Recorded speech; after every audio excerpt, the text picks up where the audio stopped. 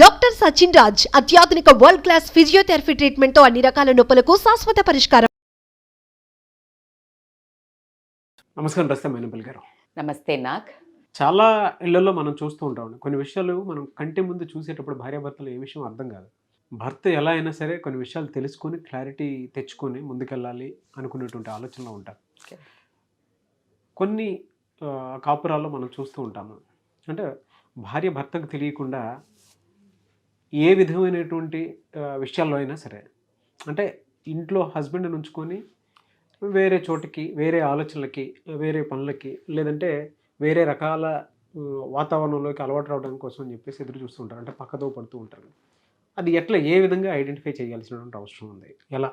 మీరు చాలా స్మూత్గా, చాలా పాలిష్డ్గా, చాలా సాఫ్ట్గా బాగా అడిగారు, చాలా డిగ్నిఫైడ్గా.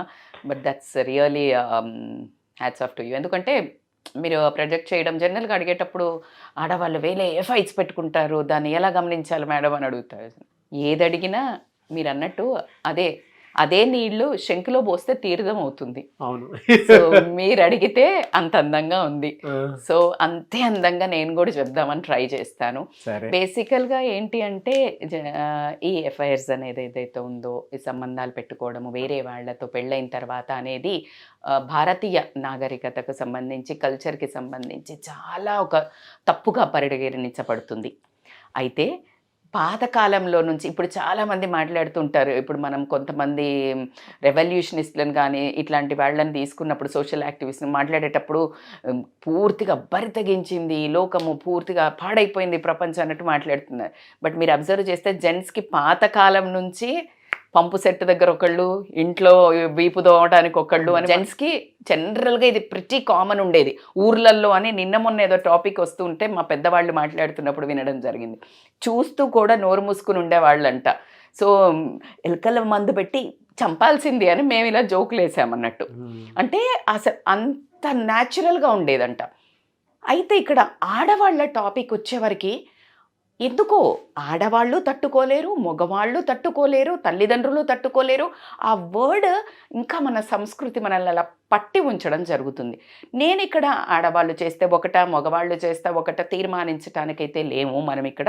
బట్ ఏదైనా మనవంతు ప్రయత్నం ఏంటి అంటే, మీ ఒక మగవాళ్ళ ఒక ఏదైతే అనాయింగ్, ఇగ్నరెన్స్, పట్టించుకొని తనము ఇలాంటివి ఏదైతే ఉన్నాయో దానివల్ల అనుకోండి, లేకపోతే డబ్బు కానీ అదర్ లగ్జరీస్ కానీ లేదు, సెక్షువల్గా సాటిస్ఫై, ఇలా రకరకాల యాంగిల్ని ఉంటే డీవియేట్ అవ్వడం జరుగుతుంది. ఆ డీవియేట్ అయిన వాటిల్లో మరి మా తప్పు మేము తెలుసుకోవడానికి రెడీ ఉన్నాము. ఇలా వీళ్ళు ఏ బిహేవియర్తో వీళ్ళని కనిపెట్టగలుగుతాము, ఎందుకంటే మొత్తం అంత నిష్ఠూరం కంటే అది నిష్ఠూరం బెటరు అన్నట్టు, మొత్తము చాలా చేజారిపోయిన తర్వాత బాధపడడం కంటే ముందు కాస్త తెలివిగా కనుక్కొని వీళ్ళు కనుక సరిపెట్టుకుంటే కాపురాలు చక్కగా సెట్ అవ్వడం జరుగుతుంది. దాంట్లో ముఖ్యమైనది ఏంటి అంటే, లేడీస్కి ఇంకొకళ్ళతో నాట్ ఓన్లీ ఫిజికల్ రిలేషన్, నాకు ఎనీ ఒక అబ్బాయితో పరిచయం అయింది, జస్ట్ ఫ్లర్టింగ్ లాగానో, లేకపోతే చిన్న రొమాంటిక్ టాకో, లేకపోతే ఊరికి ఒక మనిషి పరిచయం అవ్వంగానే కూడా లేడీలో భలే చేంజెస్ కనిపిస్తాయి. ఆ భలే చేంజెస్ ఏంటి అని కనుక్కుంటే కనుక అవే వాటిని వదిలేసినట్టయితే ముదిరి చాలా దూరం వెళ్ళడం జరుగుతుంది. బట్ 80% లేడీస్ సమజ్దారు ఉంటారు.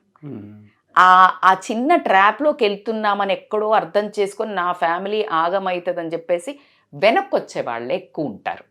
ఇక 20%ని we can't discuss about that. So దాంట్లో ఏంటి అంటే, ఫస్ట్ ఆఫ్ ఆల్ వాళ్ళ అపియరెన్స్లో చేంజెస్ వస్తూ ఉంటాయి. అపియరెన్స్ అంటే వాళ్ళు తయారవ్వటంలో చాలా డిఫరెన్స్ కనిపిస్తుంది. నువ్వు గనక నీ భార్యను ముందు గమనించి ఉంటే నీకు ఈ చేంజ్ గమనిస్తావు. ఈ చేంజ్ రావడానికి కారణం ఏంటి అంటే, నువ్వు ముందు గమనించకపోవటం.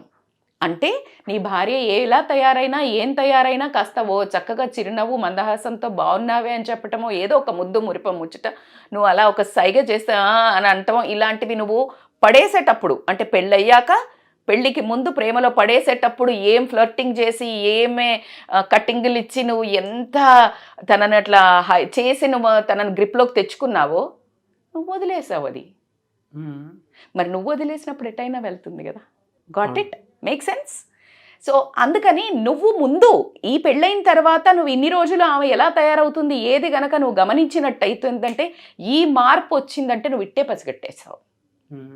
అయితే మరి మేడం ప్రతి బాగా తయారైన అమ్మాయికి మేము ఇలా ఎఫ్ఐఆర్ ఉంచుకుంటే నో, నేను ఇప్పుడు కింద ఒకటి వేసుకోవాలి ఏంటంటే కండిషన్స్ అప్లై.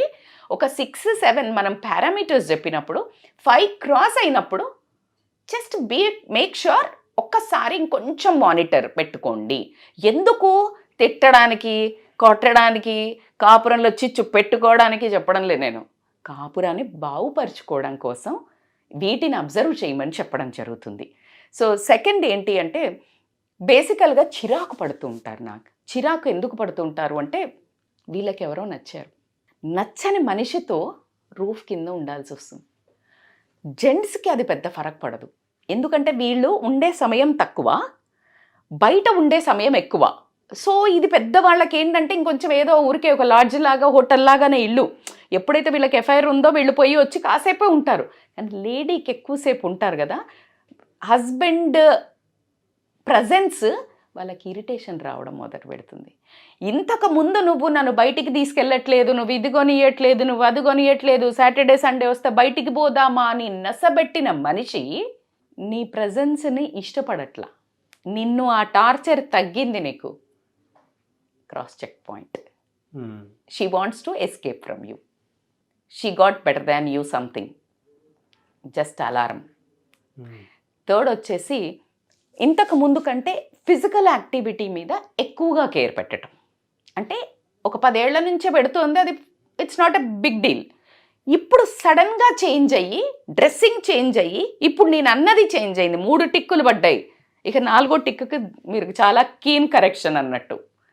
సో అలాంటి పరిస్థితి ఏంటంటే వాళ్ళు కొంచెం extra conscious about body, extra conscious about food ఇలా జరుగుతున్నాయంటే మాత్రం ఒకసారి చెక్ చేసుకోవాల్సిన విషయం. అదే కాకుండా ఫోన్స్, మనందరికీ తెలుసు ఫోన్సే దరిద్రం చేసి పెట్టినాయి జీవితాలను. ఎంత బాగుపరుస్తున్నాయో అంత నాశనం కూడా చేస్తున్నాయి. అయితే ఫోన్లలో బేసికల్గా మెసేజెస్ కానీ ఫోన్స్ కానీ వచ్చినప్పుడు ఇంతకు ముందు ఫోన్ ఎక్కడో పడేసి ఎక్కడో వంట చేసుకొని ఎవరు ఫోన్ చేసినా ఫోన్ ఎత్తదేంటివా అనే కంప్లైంట్ ఉన్న దగ్గర నుంచి ఫోన్ పక్కనే పెట్టుకోవటం, వీలైతే చీరలో చెక్కుకోవటం, అండ్ ఫోన్ మెసేజ్ రాగానే టక్మని అందుకొని దాన్ని రివర్స్ పెట్టడం, నువ్వు ఉన్నప్పుడు ఎత్తకపోవటం, మాట్లాడటకపోవడం. జనరల్గా వైఫ్స్కి హస్బెండ్ ఉన్నా ఎవరు ఫోన్ చేసినా చెప్పే అమ్మ, చెప్పే అక్క అనుకుంటే ఎత్తుతాం ఫోన్లు. అలా ఎత్తకుండా కట్ చేయటం. ఒకవేళ నువ్వు ఫోన్ ఎత్తినా ఏదో కోడ్ లాంగ్వేజ్లో మాట్లాడుతున్నట్టు అని సిలబల్స్తో మాట్లాడటం, ఇలాంటివన్నిటిని గమనించుకోవాల్సి వస్తుంది.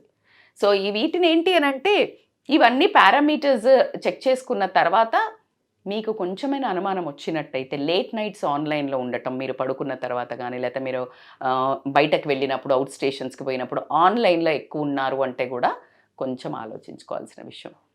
ఇవన్నీ మీకు పారామీటర్స్ వచ్చిన తర్వాత మాత్రం గొడవ పెట్టుకోకుండా కూర్చొని anything change in your life, do you need my attention, నేనేమైనా తప్పు చేశానా, ఈ క్వశ్చన్లతో ఆరా తీయటం మంచిది. అంతేగాని నీకెవరితోటో ఉంది నువ్వేమో చేస్తున్నావు అని చాలా లూజ్ టాక్ చేయటం వల్ల పరిస్థితి విషమించడమే తప్పించి బాగుమరిచే పద్ధతి అయితే ఉండదు. సో కాబట్టి ఈ గొడవను ఎప్పుడైతే డిస్కస్ చేసే ముందు పిల్లల ముందు డిస్కస్ చేయకుండా ఉండడం చాలా ఉత్తమం. పిల్లలు లేనప్పుడు, పిల్లల రూమ్లో ఉన్నప్పుడు ఇలా డిస్కస్ చేయటం.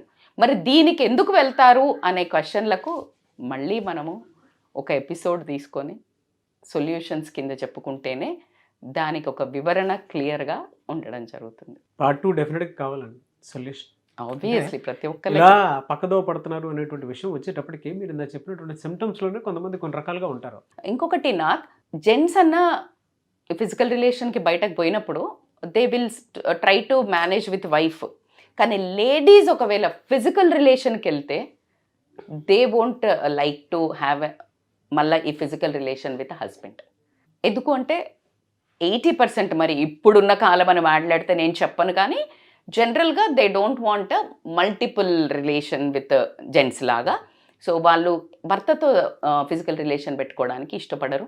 మోస్ట్లీ ఏదో ఒక రకంగా అవాయిడ్ చేయటము, లేకపోతే పిల్లల దగ్గర పడుకోవడము ఇట్లాంటివి చేస్తుంటారు కాబట్టికే ఇది పెద్ద సైన్. చూద్దాం దీని సొల్యూషన్ మాత్రం ఎవరైనా కావాలి అనుకునేటువంటి వాళ్ళు కింద కమెంట్ బాక్స్లో పోస్ట్ చేస్తే డెఫినెట్గా చేస్తామండి. థ్యాంక్ యూ అండి, thank you so much Rajitha Mainepalli గారు. థ్యాంక్ యూ సో మచ్ నాకు.